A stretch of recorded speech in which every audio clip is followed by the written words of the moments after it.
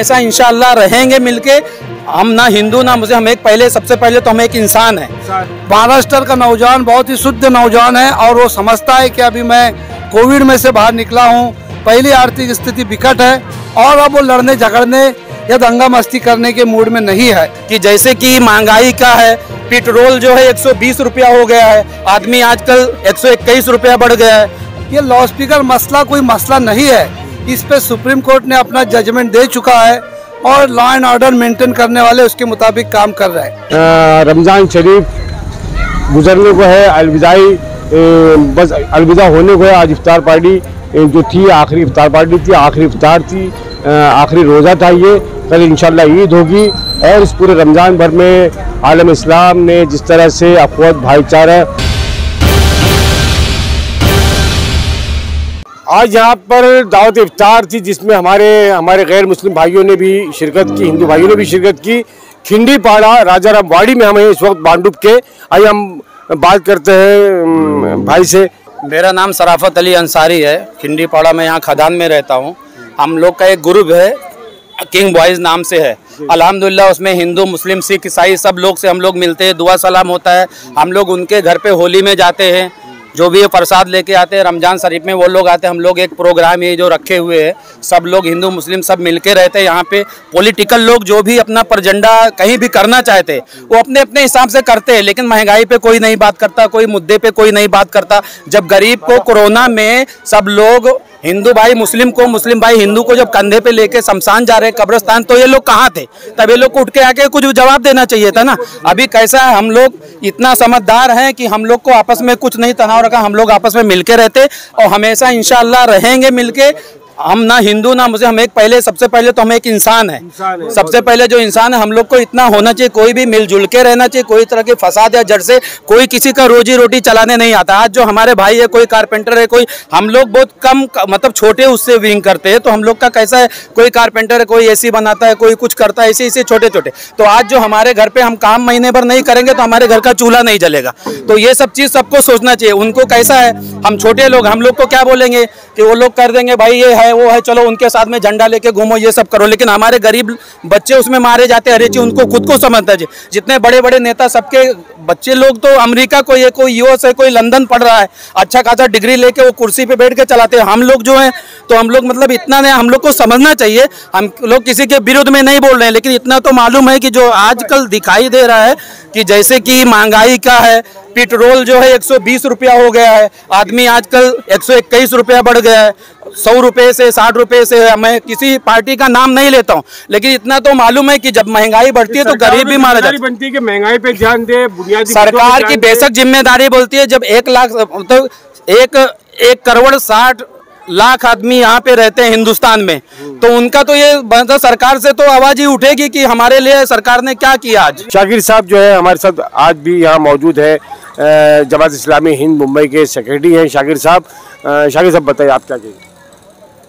ये भोंगे का जो मसला है, हम देखते हैं कि जब से यहाँ पर महाराष्ट्र सरकार में MVA की हुकूमत बनी है और बीजेपी को जो सरकार बनाने से बाजू में रखा गया है, तो ये विरोधी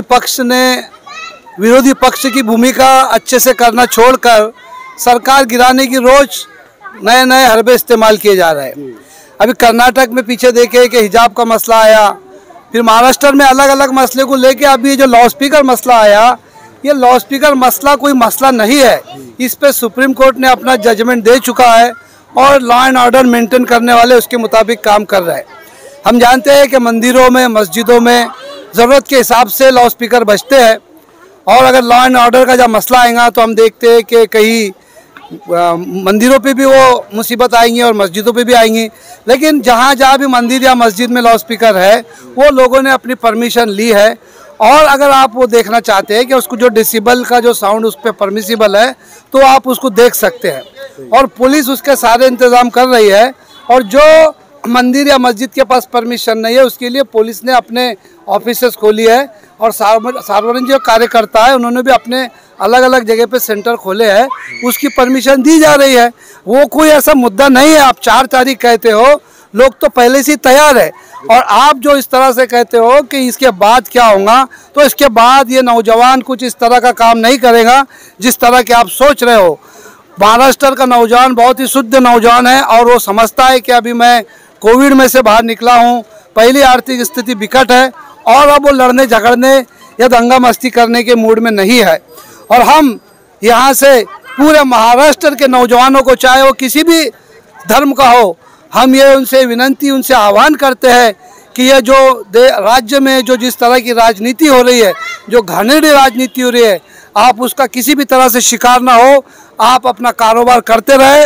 और अगर कोई इंसान अगर इस तरह की कोई गलत हरकत करता है तो हमने रमज़ान में अभी देखा कि रमज़ान का जो महीना है ये सब्र का हमको सिखाता है, ये भाईचारा सिखाता है, ये मोहब्बत सिखाता है। आप यहाँ के जिम्मेदार हैं, क्या नाम आपका? मेरा नाम अल्ताफ सैयद है और हम भांडुप खिंडीपाड़ा से।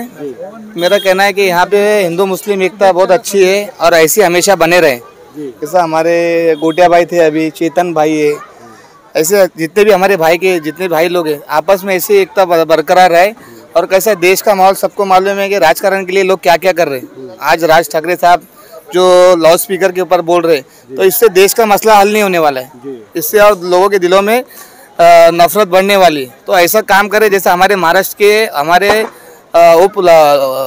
सीएम साहब, हमारे लाडले मुख्यमंत्री जी जैसा काम कर रहे हैं वैसा काम करिए आप, तो आपका नाम देश में क्या पूरी दुनिया में भी होगा। उनको देश के उनके गांव से जितने देहात से लेके मुंबई से लेके हर लोग उनको चाहते, उनने वैसा काम कर रहे। ये हमारी राय। ये अच्छी बात कही आपने। और ये जो लाउड स्पीकर का मसला है या भोंगे का मसला है, ये कोई आज का नहीं है, ये मसला है ही नहीं। असल में इसको मसला बनाया जा रहा है। आज तक किसी को कोई तकलीफ नहीं थी। सैकड़ों साल से ये मस्जिदों के भोंगों पर अजान हो रही है, 2 मिनट की अजान होती है, इससे किसी को कोई परेशानी नहीं थी, कोई तकलीफ नहीं थी। और कोर्ट के जो आदेश है उसके मुताबिक सब चलने को तैयार है।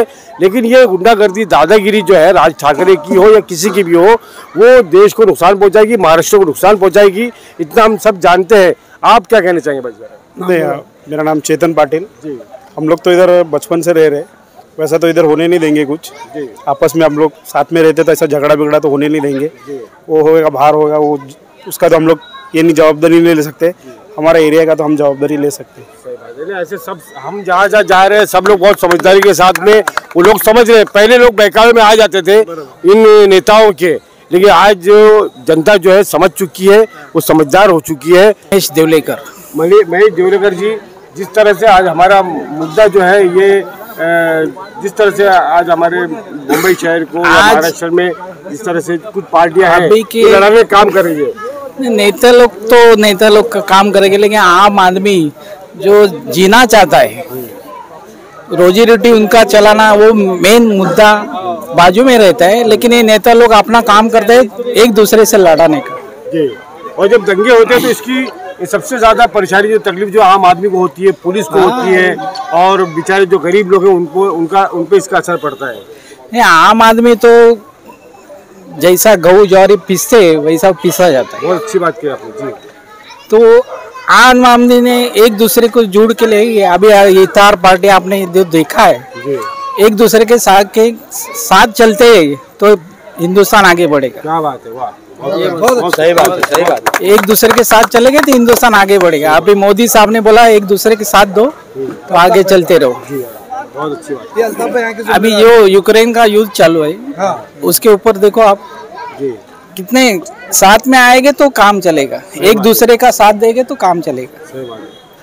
एक दूसरे की रोजी का जंग हो या कोई भी जंग हो, जंग जो है मसले का हल नहीं है। अभी जो उपसा रहे हैं वो तो यूक्रेन अभी भोग रहे हैं। हाँ, जो बर्बादी हो रही है वो तो दुनिया देख रही है। मेरा नाम राजेश खातू जी।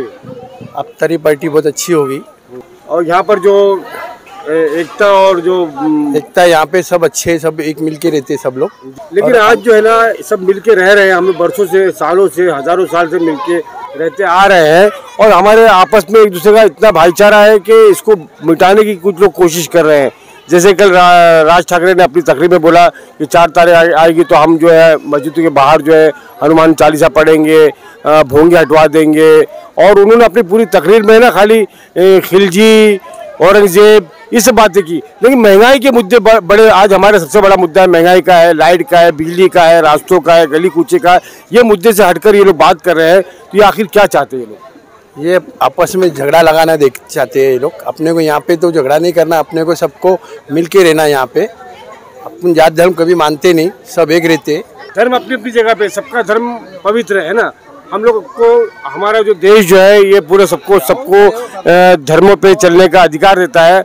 हमारा धर्म जो है मंदिर तक, मस्जिद तक या अपने घरों तक, लेकिन रास्तों पे लाकर इसको बदनाम नहीं करना चाहिए। आपको इस पर क्या लगता है? नहीं, ये तो अच्छी बात नहीं करना चाहिए, तो सब मिलके रहना अच्छी बात है। ये हमारे साथ रऊफ भाई जो यहाँ के सामाजिक कारकुन है, आप क्या बोलना चाहेंगे रऊफ भाई? ये जो आज राजारामवाड़ी खिंडीपाड़े में सामूहिक इफ्तार पार्टी का इंतजाम किया गया था, ये बहुत ही अच्छा कार्यक्रम रहा।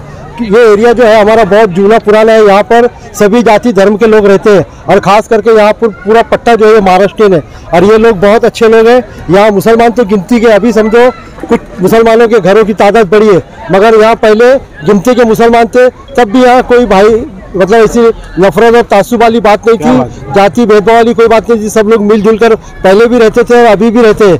यहाँ कोई सियासी पार्टी का या इसका उसका एजेंडा नहीं चलता, लोग अपने आपस में भाईचारे से रहते हैं और ऐसा ही रहना चाहिए। इससे ऐसे रहते रहेंगे। यहाँ इससे पहले 92 बोलो और भी जितने भी फिसादात हुए, मगर उसका यहाँ पर कोई रिएक्शन और कोई असर नहीं हुआ। लोग जैसा पहले रहते थे अभी भी ऐसे रहते हैं। तो हम यही उम्मीद करते हैं कि आने वाले दिनों में भी सब मिलजुल कर रहेंगे और कोई किसी पार्टी या किसी के बहकावे में ना आकर अपने जज्बात और अपने इसको संयम रखे और सब भाईचारा कायम रखे। बस इतना कह के दो शब्द खत्म करता हूँ। मौलाना, आप क्या कहना चाहेंगे? आपका नाम? मेरा नाम मोहम्मद अली है, मैं जमात इस्लामी हिंद से हूँ। जी जी। जमात इस्लामी हमेशा यही सब काम करते रही है भाईचारा का, और जहाँ भी फसाद होता है जमात इस्लामी वहाँ हमेशा पहुँचते रहती है। अपने टीम के साथ में, हर एक जन के साथ में हमेशा भाईचारा ही किया है, चाहे मोहल्ला हो चाहे जहाँ भी फसाद होता है जमात इस्लामी वहाँ पहुँचती है। क्यों पहुँचती है जमात इस्लामी? पहुँचती है कि मतलब फसाद क्यों हुआ, कैसे हुआ, वहाँ इमदाद करने के लिए भी पहुँचती है और लोगों को देखती है कि बात की बात है ना। जमात इस्लामी तो ये भी कोशिश करेगी कि फसाद ही ना हो, ऐसी नौबत ही नहीं आए, उस पर बात कीजिए आप। अब जमात इस्लामी हमेशा सोचती है, हमेशा पैगाम पहुंचाती है, अच्छे का पैगाम पहुंचाती है कि फसाद ना हो, मोहब्बत का पैगाम हमेशा पहुंचाती रही है जमात इस्लामी। और जब मोहब्बत फैलेगा तो फसाद होएगा ही नहीं। तो जमात इस्लामी हमेशा मतलब मोहब्बत, पैगाम और भाईचारे का दावत देती है हमेशा के लिए। जज़ाकल्लाह। बहुत अच्छी बात की। जैसे कि हमारी जमात इस्लामी के जिम्मेदार ने बात की, हम आपको बता दें कि यहाँ पर ये जो सामूहिक इफ्तार पार्टी जो रखी गई थी खिंडीपाड़ा में, यहाँ पर सूचना के भी लोग पहुँचे, यहाँ के मकानी लोग भी पहुँचे और जिस तरह के आपको भाई ने बताया कि यहाँ पर इस तरह कोई मामला कभी नहीं रहा, चाहे 92 के फसाद हो चाहे कोई भी फसाद हो, इस तरह से लोग बहकावे में नहीं आते, मिलजुल के रहते हैं। अब आइए हम आपको ये बता दें कि आज जो है रमज़ान शरीफ गुजरने को है, अलविदाई बस अलविदा होने को है। आज इफ्तार पार्टी जो थी आखिरी इफ्तार पार्टी थी, आखिरी इफ्तार थी, आखिरी रोज़ा था ये। कल इंशाल्लाह ईद होगी और इस पूरे रमज़ान भर में आलम इस्लाम ने जिस तरह से अखवत, भाईचारा और प्यार का पैगाम को आम किया है और अपने बिरादर वतन के साथ में जो मोहब्बत का पैगाम पहुंचाया है, ये घर घर पहुंचेगा और इसी तरह हिंदुस्तान जो हमारा चलता रहेगा प्यार मोहब्बत के साथ में। हम इस मौके पर आमना सामना मीडिया की जानिब से भी आलम इस्लाम को, पूरे हिंदुस्तान को, बम्बई शहर को, सभी मुसलमान भाइयों को, अपने हिंदू भाइयों को, अपने सारे लोगों को जो है ईद की मुबारकबाद पेश करते हैं और सब दुआ को है कि हमारा हिंदुस्तान जो है ये भाईचारे के साथ में रहेगा, प्रेम के साथ में रहेगा, किसी भी नेता के बहकावे में नहीं आएगा और ना हम लड़ने का काम करेंगे। हम लोग जो है गले से गले मिलाकर देश में मोहब्बत का पैगाम आम करते रहेंगे। शुक्रिया। जय हिंद, जय महाराष्ट्र। कैमरा पर्सन शाहिन पटेल के साथ आपका दोस्त राशिद हुसैन।